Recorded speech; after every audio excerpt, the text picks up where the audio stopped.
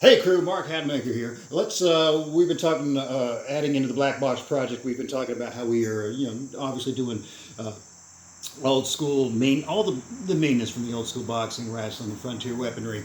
And we've also started alluding that just as there's old school meanness ways for combat, there's old school meanness ways for your combat conditioning. I mean, subtle tweaks and small things that can really spell the difference here. Let me get rid of my old man glasses here.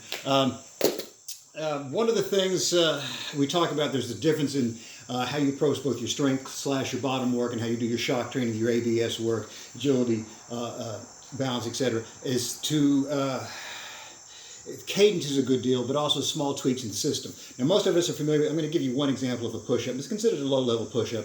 This is called a tiny. We're familiar with a diamond push-up. It looks similar to that. A diamond push-up, which we usually think about people putting their hands, in this position right here.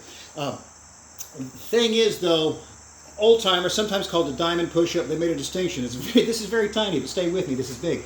There's actually two specials here. You hear some people call this a diamond push-up or a spade push-up because it looks like the spade from one of the card suits.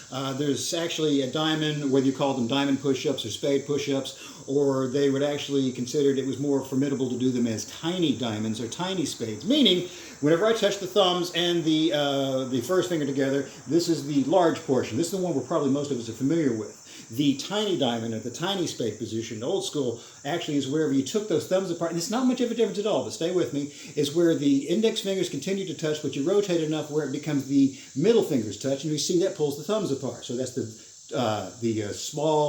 large spade, large diamond, the slight turnout becomes the small position. This was originally what was meant by doing a diamond or a spade push-up.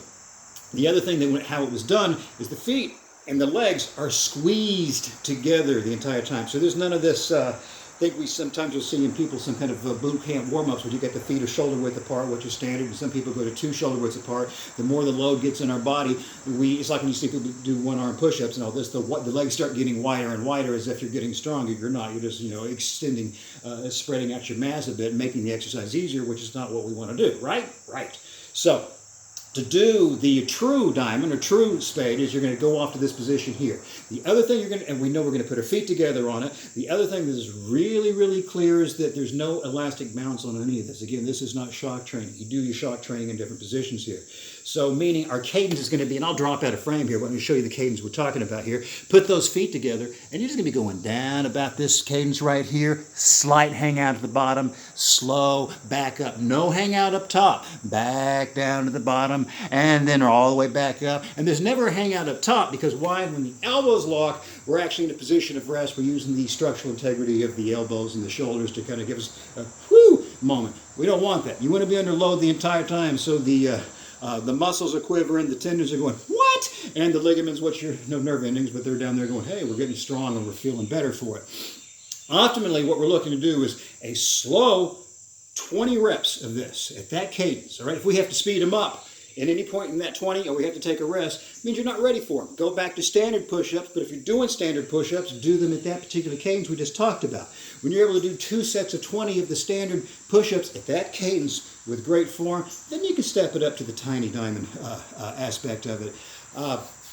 Now, don't go, if you're able to do the 20 easily, like I said, do 20, take 5 deep breaths, slow deep breaths to re-energize, and then do 20 more. If you're thinking, well, I can do 3 sets of 20, 500 sets of 20, don't. If we're able to do these easily, we go on and we do something that's a little bit more wickeder and a little bit more harder. I'm going to say a little bit, it's a lot wickeder and harder. So our job is to be old school combat athletes, is to make sure we really groove and dial in and stay there and get really good at going slow and staying under load with great form, all right? This is where our old school strength is going to come from, and then we add the shock training on top of it, or these days people are going to be thinking of as plyometrics or fast twitch. You start combining these beasts. There's something really special going on here.